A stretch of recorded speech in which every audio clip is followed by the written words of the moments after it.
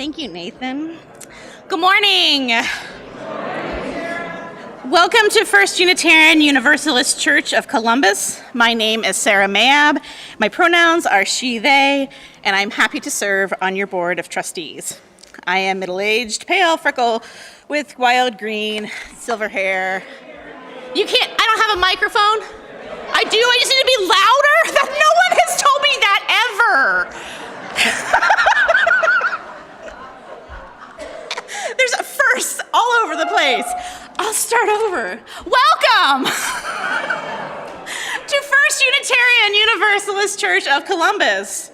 My name is Sarah Mayab, and I am proud to serve on your board of trustees.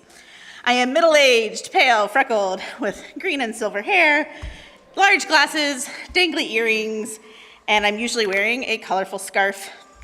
Our speakers use visual descriptions to welcome those with visual impairments and those listening online. We are so excited to welcome all of you today. And I have two small requests. Please take a moment to silence your cell phones. Please move towards the center of the row that you're in, the sections to leave the aisles open for those with greater accessibility needs. Thank you. If you can, scan the QR code to check in. You can also access our donation page or view our order of service. Visitors here in person are invited to pick a first-time visitor gift up from the welcome table out in the gallery and to look for the Getting to Know You sign in Beach Hall after service to learn more about our congregation. Whether you are brand new here or a regular, everyone is welcome to come and chat with me or another board member after service. There is a lot happening at First UU. After service today, check out the ministry listening session in room 301. Learn to fold upcycled seed packets in Beach Hall, or join the Anti-Racist Allies for lunch at Nile Vegan Ethiopian Restaurant. The Carpe Diem String Quartet has a concert here today at 2 p.m. And next Sunday, we are recognizing our church's graduating high school seniors. Sign up by midnight this Wednesday to participate. For all of these announcements and so many more, please see your order of worship or this week's Friday News email for details. And now, if you will please rise in body or in spirit to sing number 108 in the Gray Hymnal, My Life Flows in an Endless Song.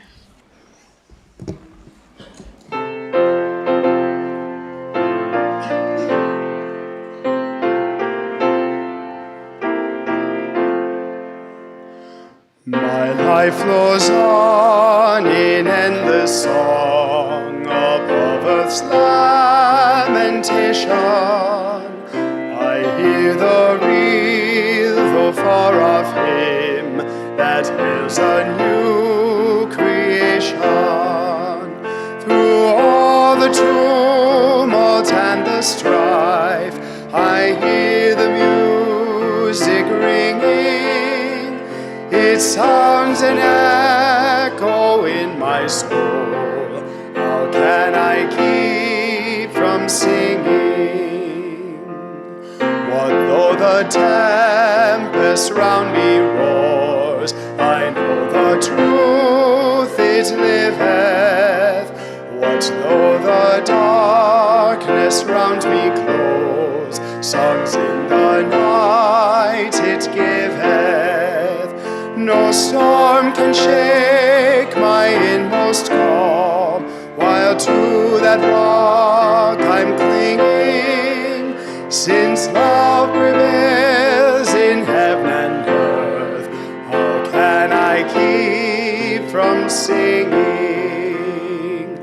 When tyrants tremble as they hear the bells of freedom ringing, friends rejoice both far and near, how can I keep from singing?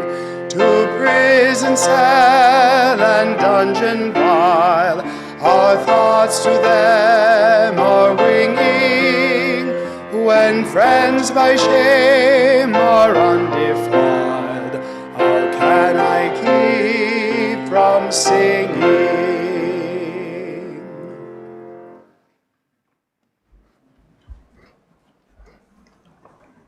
Good morning. I'm Marco Bellatini. I'm the Minister Emeritus of this congregation.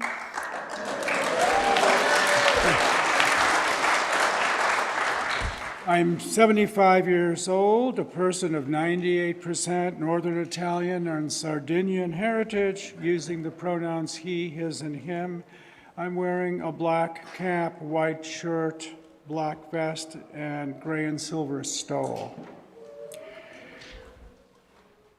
We acknowledge that we are occupying land that has been inhabited by human beings native to this area for 15,000 years, and that among these people are the Adena, the Hopewell, the Delaware, the Mingo, the Shawnee, the Miami, the Wyandot. May we always remember that the lives they lived were as important to them as our lives are to us. May we honor our elders who cared for this land and their wisdom and their descendants.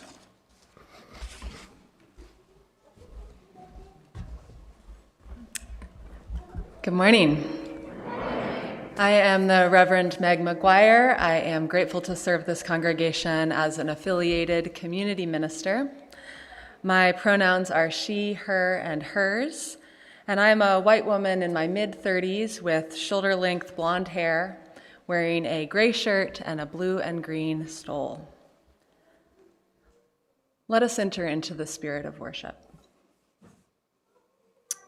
And so we gather, coming together from all of our places, bringing our stories and struggles, our joys and hopes, our heartbreaks and longings, both personal and shared. We arrive here amidst the tumult and clamor of our beautiful, hurting world. And we come together to tune in to that which abides through it all, to turn inward, beholding the truths replete in each of us, and outward, toward one another, and toward the beloved whole of which we are part. We gather that we might uncover perspective, deepen connection, make space for mystery, and nurture possibility for that which is and that which can yet be. It's now time for our children to meet Gus in the back to prepare to bring in the light. And in the meantime, I invite everyone to turn to a neighbor, introduce yourself, and say hello.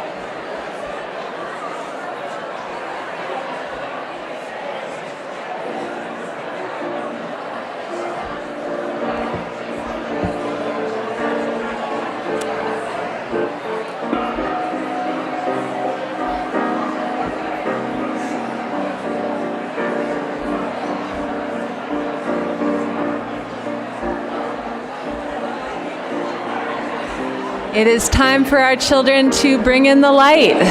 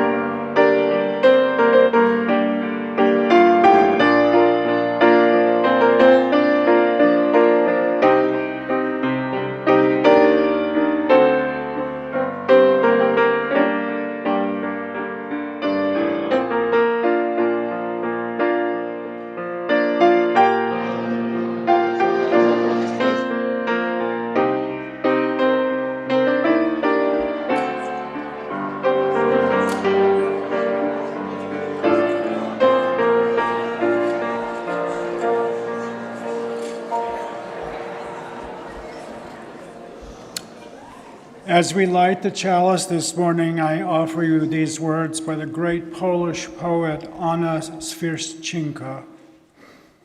There is a light in me, whether in daytime or nighttime, I always carry a light inside me. In the middle of noise or turmoil, I carry silence, I carry light and silence.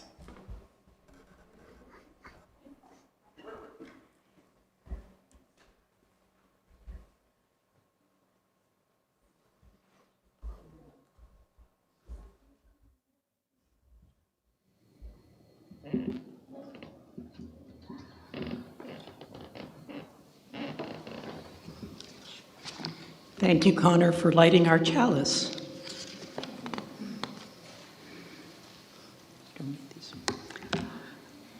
I'm Deb Balliol, and I am a white 75-year-old woman wearing an orange shirt. I have brown hair. Well, it's got a little silver in it. I think I have brown hair. Little silver in it. Don't shake your head no. And now I don't know what else to say. So I'm here. I use she, her pronouns. Today's story is called The Everything Seed, and it is written by a UU minister named Reverend Carol Martignacco and illustrated by Joy Troyer. This book has the most beautiful pictures. Have you ever watched a seed grow? Have you ever noticed how it begins so small, so still, so quiet, like a gift wanting to be opened? And how slowly it wakes up, begins to unfold, growing into something larger, and larger, and larger. Then you know that whatever comes from a seed usually ends up looking very little like the seed it came from, which is also true of the very first seed. Once, long, long ago, way back before the beginning, so long ago there was no such thing as time, and there was no one to count it. Everywhere was a huge, deep, mysterious place, like something waiting to happen. There were no stars, no sun or moon. There was no place like Earth, not a drop of water or a single tree or rock or flower, and no living beings anywhere. But in that deep waiting space was hidden the tiniest point of something no bigger than a seed. It was not a flower seed. It was not an oak tree seed, although all those things were included in that little seed. You might call it an everything seed because that is what it became. No one knows where that first seed came from, or how it was planted, or how it knew, in the way that only seeds seem to know, how long to wait for just the right moment to sprout and grow.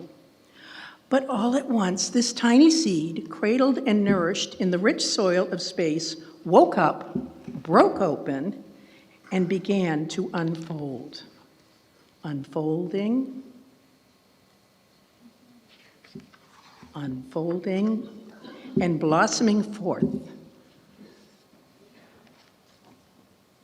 into an enormous, blazing ball of bright light, like a great grandmother's sun. And the universe was born. Out fluttered the galaxies like a storm of snowflakes, swirling and gathering into the brightest, most blindingly beautiful clouds of stars. And out of those star clouds whirled our own star, the one we call the sun, and our earth, and our moon, and all around the spinning planets that we've learned how to name. And this is the secret of that tiny sea. You and I were there in the very beginning. Just like the idea for each leaf on a big oak tree lies hidden inside an acorn. We were there with all the stars and planets, all the rocks and oceans, plants, animals, and people. Everything that is now, ever was, or ever will be, was inside that first tiny seed. So whenever you hold a seed in your hand and wonder what it could become, imagine how you and all that is here once came from the tiniest speck of an everything seed, before it sprouted and grew long, long ago in the way back beginning of time. Now, if this were an ordinary story, it would end right here. But this story of the universe keeps unfolding. What once began in a blazing blossom of light continues every day. New stars sprout open in the deep soil of space. New plants and animals appear on Earth. Seeds of many kinds are scattered everywhere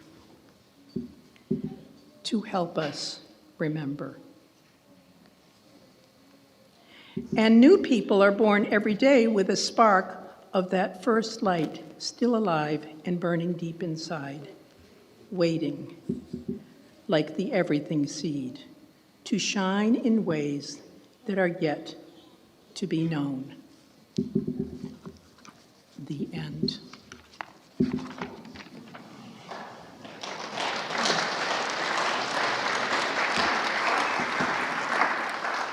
Today, let us consider what is the one permanent thing that we can cling to and rely on.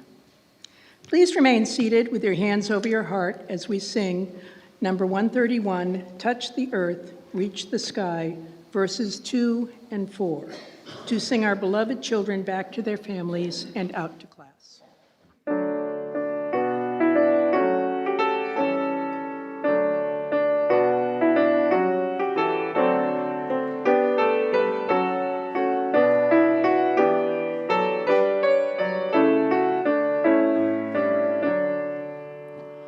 Touch the earth, reach the sky. Children ask the reasons why. In our lives the answers show, and by our love they learn and grow. Touch the earth, reach the sky. Heart, laughter, fear.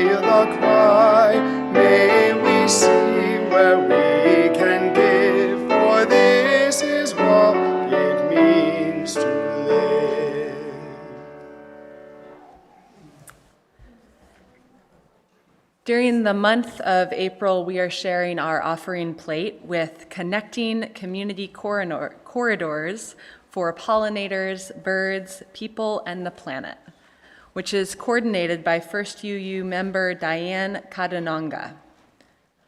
40 families in the Linden neighborhood, local to Sunny Glen Garden, received native plants and agreed not to use chemicals in order to support birds and pollinators. More funding and volunteers are needed to add families from the waitlist, which continues to increase food security through access to growing food locally and organically. If you haven't yet, you can log into the Realm app or the First UU website to turn in a pledge form so that we can create an accurate budget for the coming church year. Many thanks to folks who have already done that. In addition to passing the basket here in a moment, you can text to give or scan the QR code up on the screen, or you can visit firstucolumbus.org/donate. Thank you for your generosity.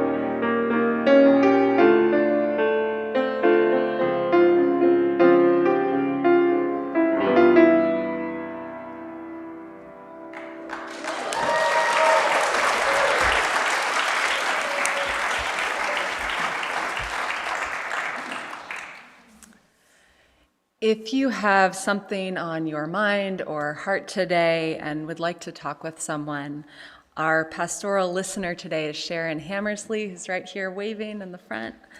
And Sharon will be in Beach Hall after the service and is happy to listen.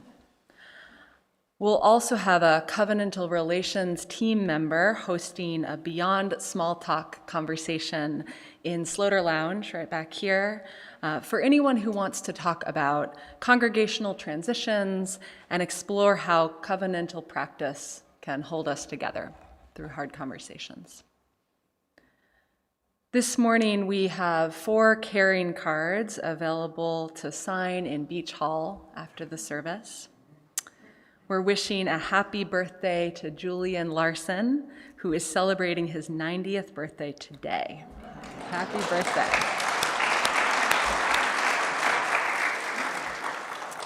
And congratulations to Willow Otten, who was recently accepted into the Doctorate of Musical Arts program at Peabody in Baltimore, which is also where she did. She will begin in the fall, and that is also where she did her undergraduate work. We send caring and healing thoughts to Ryan Rankin, the son of Dennis Rankin and Wolfgang Salazar, who lives in Japan with his wife Sumi and developed a bone infection in his right foot more than a year ago. He just made the decision to amputate his foot at the mid-calf on May 2nd. Ryan is also diabetic, and after healing will undergo extensive PT and be fitted with a prosthesis. His hope is to carry on life as close to normal as possible, and they appreciate healing thoughts. We also send our caring thoughts to Bob Parks, husband of Susan Parks and a longtime First UU member. He's at Riverside Hospital with pneumonia in all 4 lobes of his lungs. It's not certain how long Bob will be hospitalized. We appreciate your thoughts for them.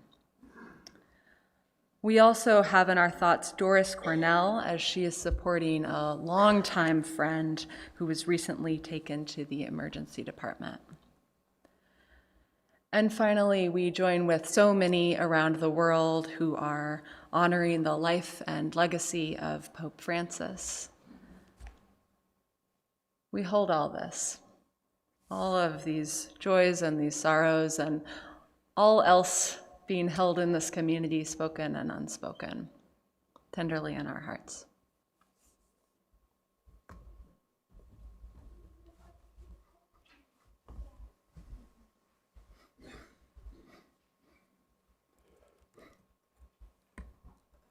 Let us join together in these words of the heart.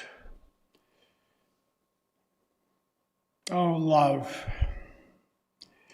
here I am, here we are, suspended between the infinite mystery and meanings of the sky, hung with effervescent stars, and the dark earth below us, with invisible hot metallic glow shrouded by molten stone. Around us, tulips and violets and apple blossoms, green blades of grass and herbs. Within us, however, are beating hearts and fragile flesh. Whole worlds, named worry, named anxiety, named fear, named grief.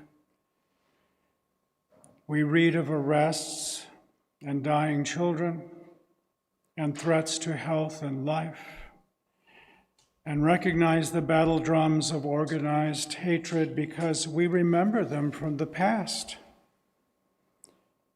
But we also remember that to everything there is a season, that winter's melted ice now reflects the gold of already bending daffodils, and that shadows grow smaller as the light rises higher, and that truth has climbed out of the box where it has been imprisoned before, Nuremberg, Selma, Stonewall,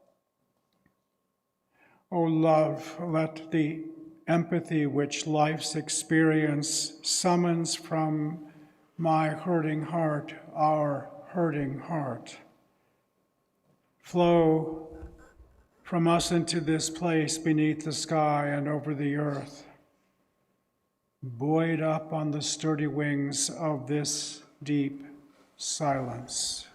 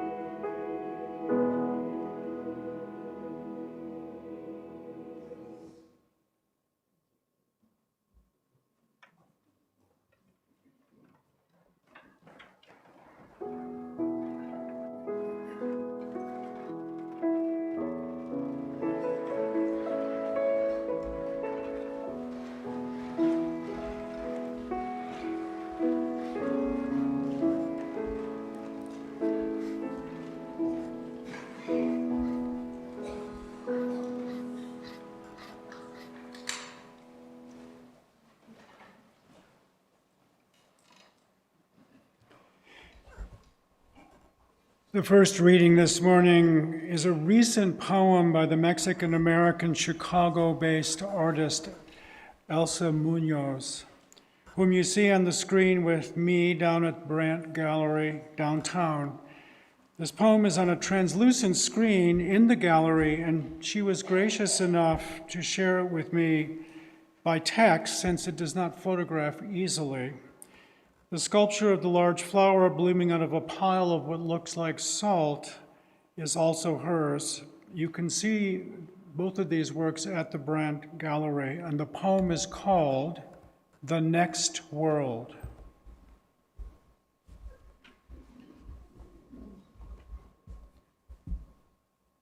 Maybe it's not the meek who inherit the earth, but the patient. In this world, there are flowers that bloom once in a decade. Some only after the first rain dampens the dark ash of destruction. The queen of night blooms only in darkness and only once a year, indifferent to our eager gaze. Maybe the next world births new wonders. Flowers birthed not from soil, but from salt, out of the ocean's dark womb. Such blooms would remember the press of inky darkness, the crush of worlds collapsing. They would know how to sway in storms. Imagine the patience of seeds that have endured so much history.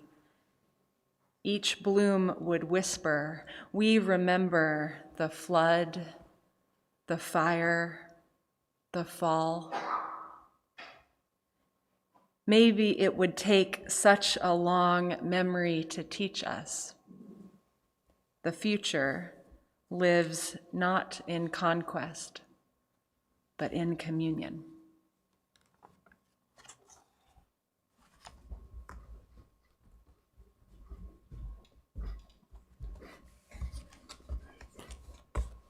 And the second reading is in the hymn book 655, but it's on the screen. I'm going to read this antiphonally. It's by Heraclitus of Ephesus, who lived around 2,500 years ago when the Adena people were settling villages here in Ohio. We don't know much about his life. I'll start off. Whosoever wishes to know about the world must learn about it in its particular details. In searching for the truth, be ready for the unexpected. The same road goes both up and down.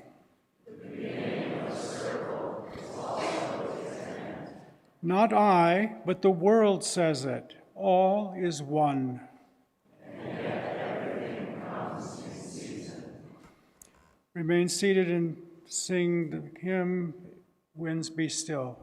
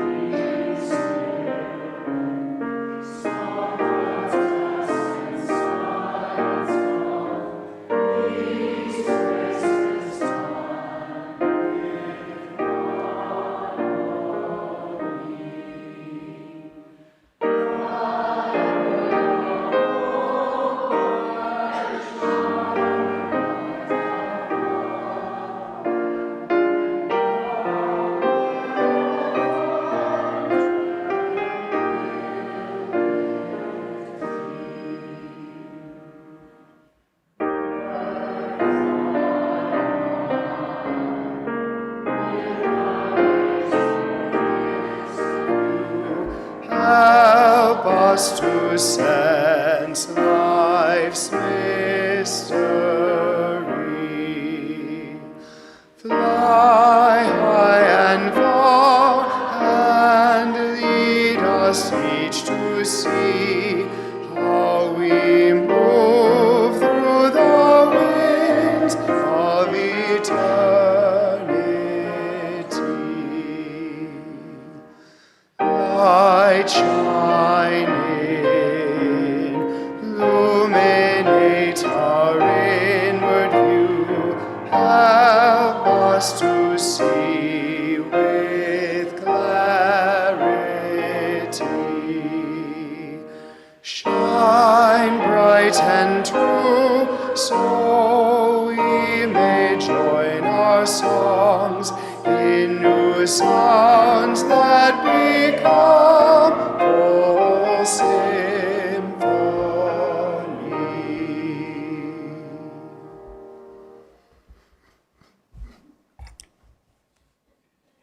When I was a minister here, I used to go daily to a cafe on High Street about 14 years ago. I knew the staff and a lot of the regulars. One day, this guy came in I had never seen before. Both of his bare arms were covered in tattoos. To me, they seemed like surprisingly random tattoos, small pictures going this way and that, as if entirely arbitrary. I could see no pattern linking them. I did, however, recognize one tattoo right off. On one arm, above his wrist, the capital letter A, followed by some numbers. An Auschwitz number.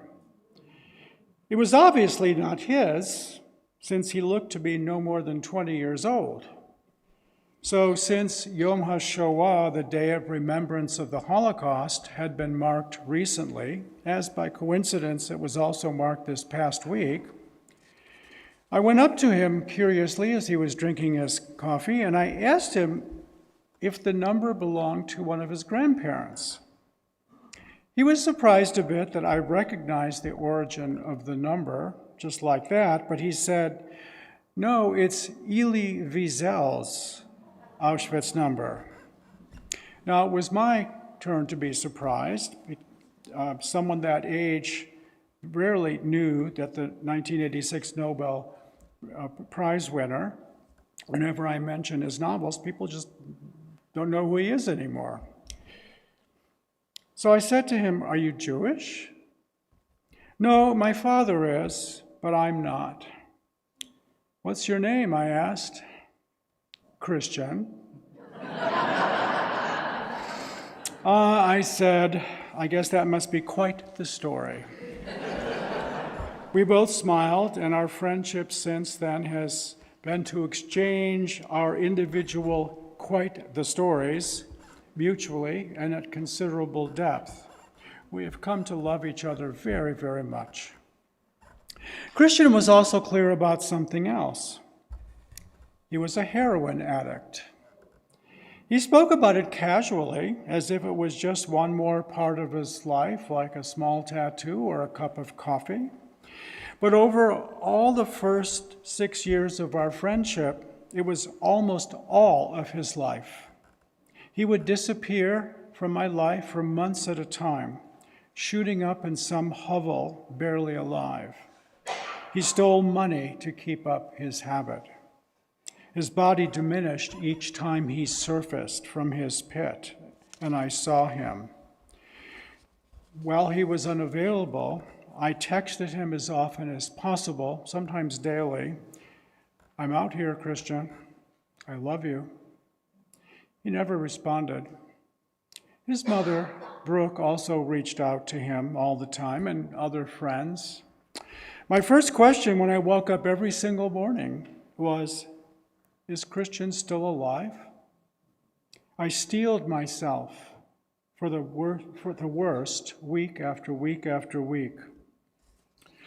I'm sure I'm not the only person in this room who has had worries like that about someone that you love. Drugs, alcohol, gambling. The common assertion that we are all in this together is not, after all, some flimsy proverb, but a lived and often painful reality.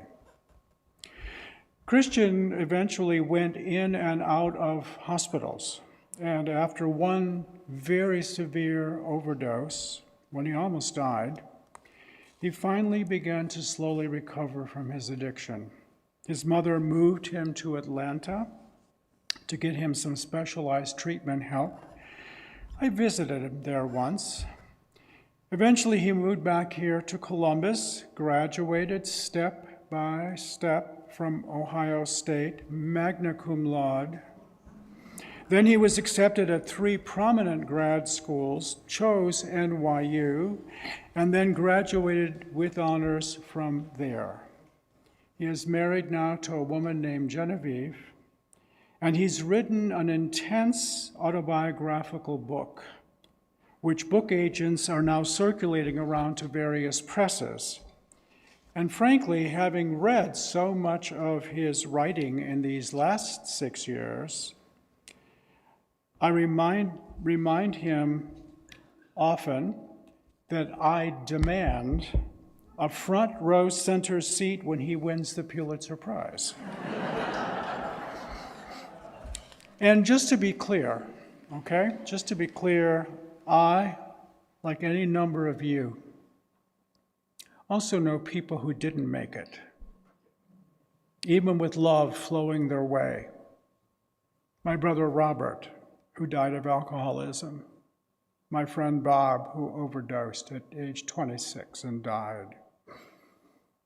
Tragedy, the terrible change of loss, is part and parcel of all life, whether human or not human, which is why grief is universal, a universal human practice, whether above board or not.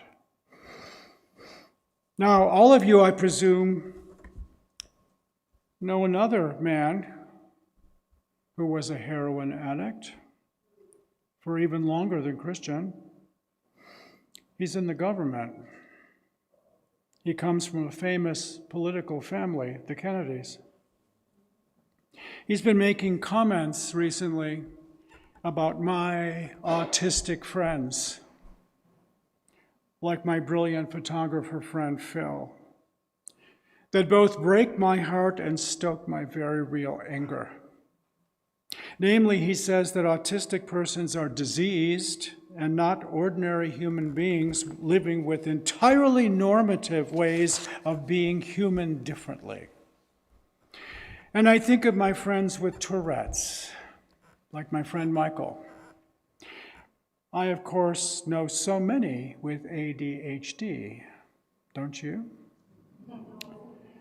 My friend Christian and Mr. Kennedy have both gone through a lot of changes in their life. After all, as the ancient philosopher Heraclitus makes very clear, change alone is unchanging. And of course, Heraclitus is hardly unique in his philosophy. Buddhism is steeped in the same philosophy of inevitable change. And the Galilean wisdom teacher often spoke of the inevitability of change in terms of local agriculture. He said, the farmer plants seeds and then goes about other things, sleeping and rising night and day, and meanwhile the plant just grows on its own and the farmer has no idea how or why. First the shoot, then the bud, then the green stem, and finally the grain is ready. Womanist ethics teachers. Womanism differs from Western feminism, European-rooted feminism in many ways, is all about powerful change, especially social change, rooted in Black women's human experience. And many of my colleagues edify ourselves with their wisdom. Change is inevitable. It's all there is. It cannot be stopped, even though many forces in the present government are doing their best to stop it by rewriting history emptying museums, and threatening anyone who wants to change things for the better with actual and drastic harm, threats. Notice what I said? Change things for the better? For as a late member of my former congregation in Hayward, Dan Johnson used to remind me whenever I used the word change in the pulpit, hey, Rev, the word change is meaningless unless it is modified.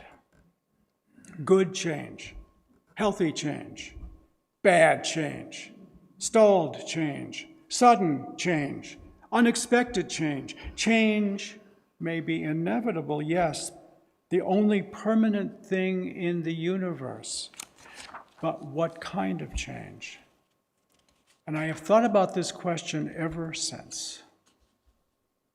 So Christian struggled very hard, supported by those of us who loved him.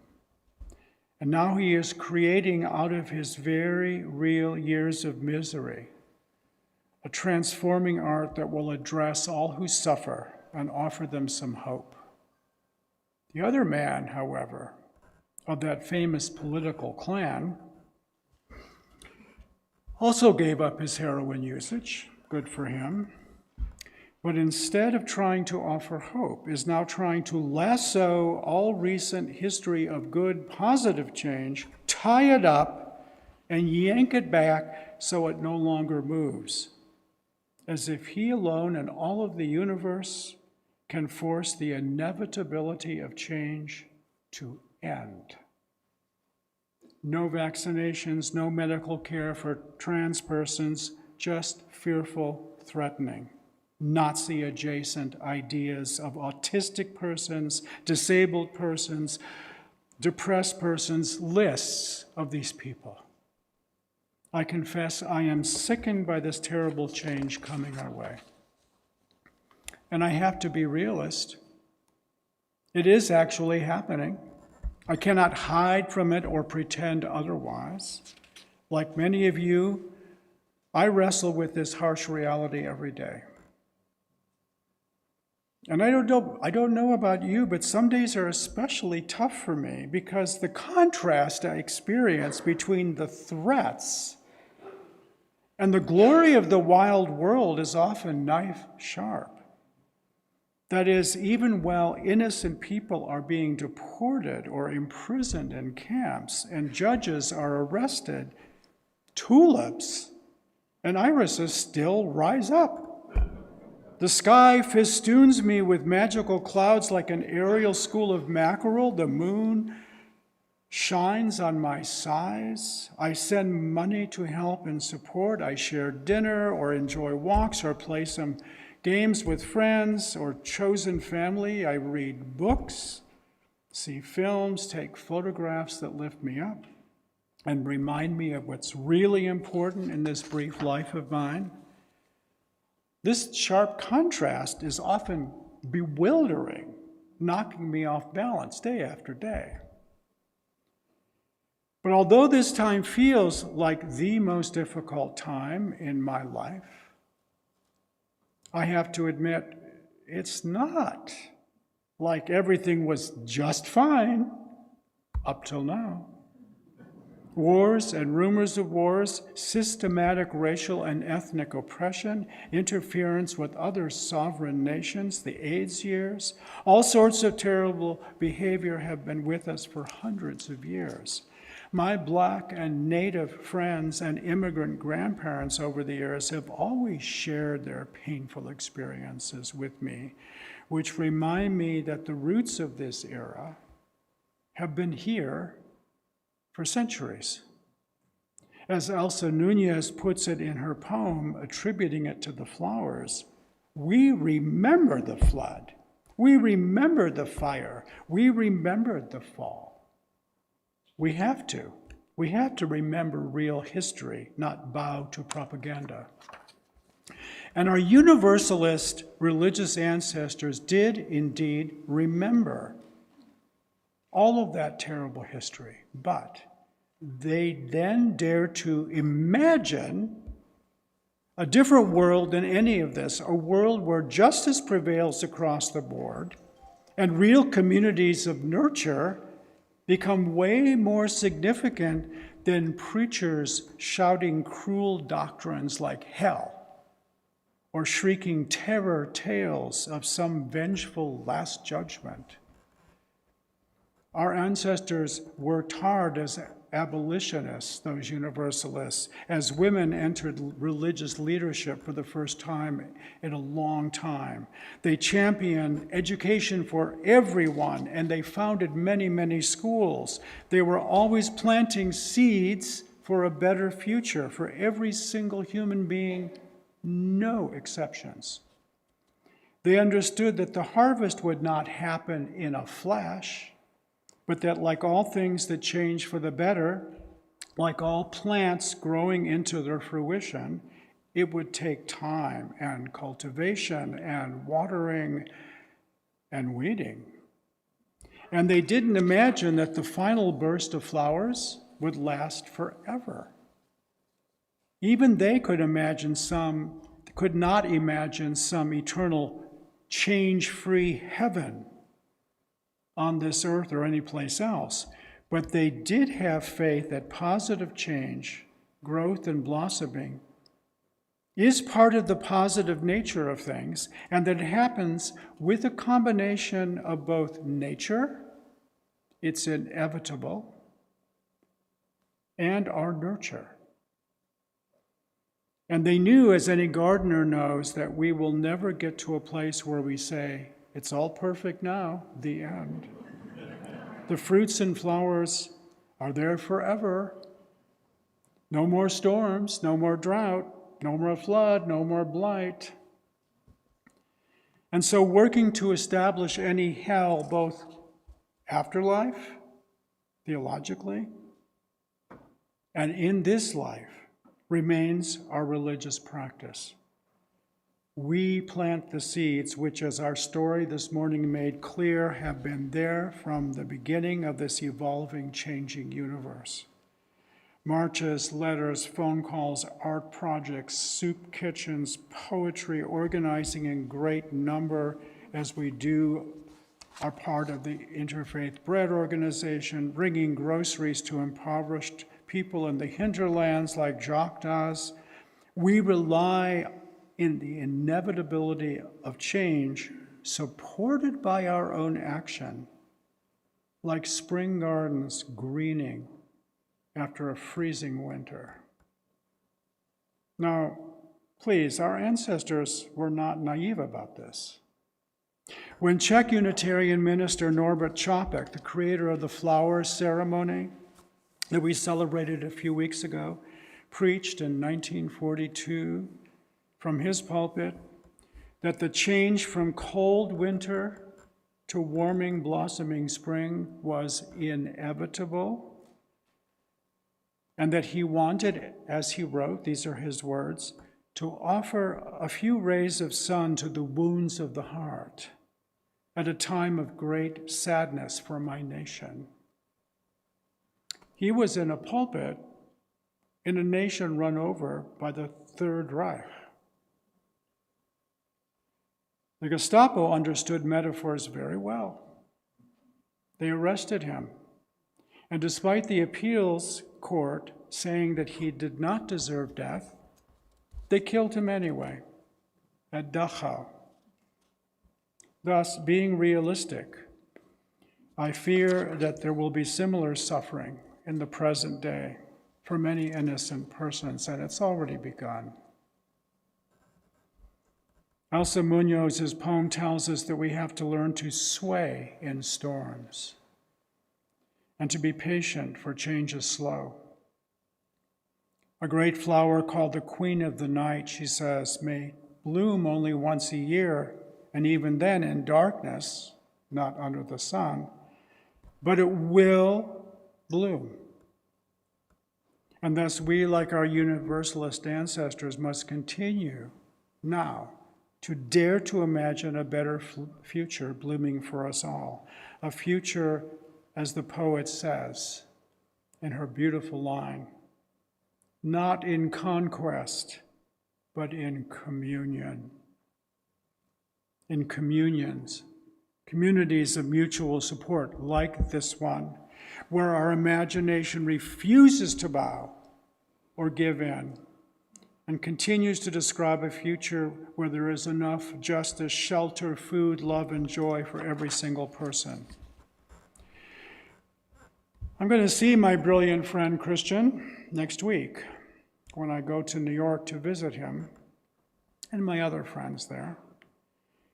I will let him know that, as often happens with ministers, I dragged him, as I've drugged other friends, into one of my sermons. He will throw his head back and he will laugh, and we will catch up on our lives.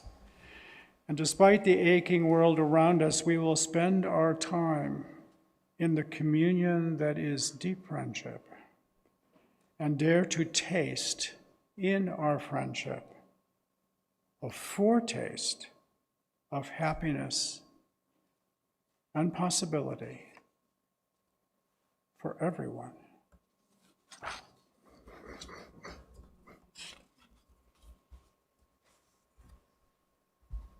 I guess closing hymn.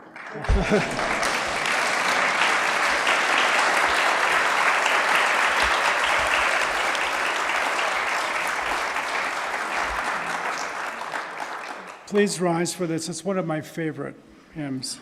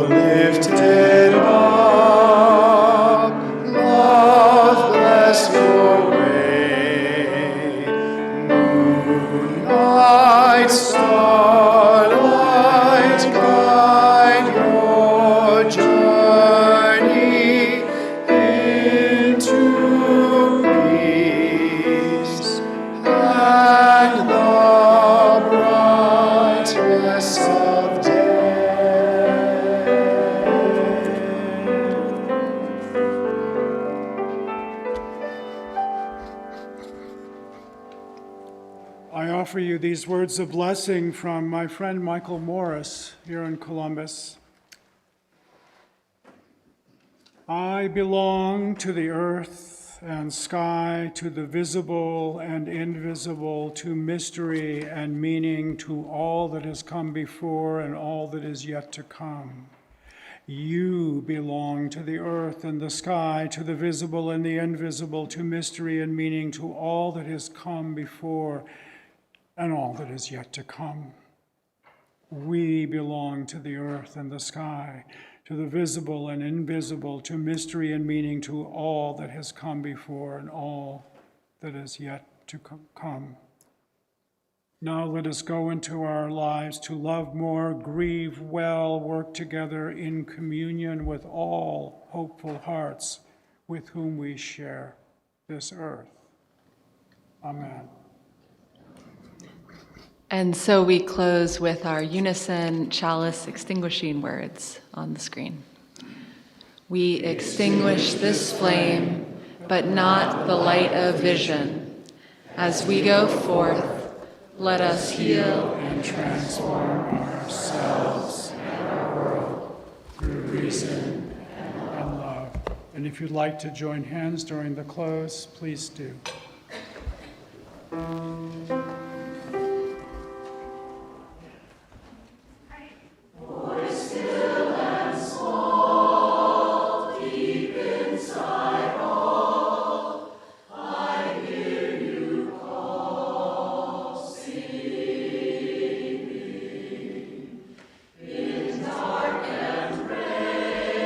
Sorrow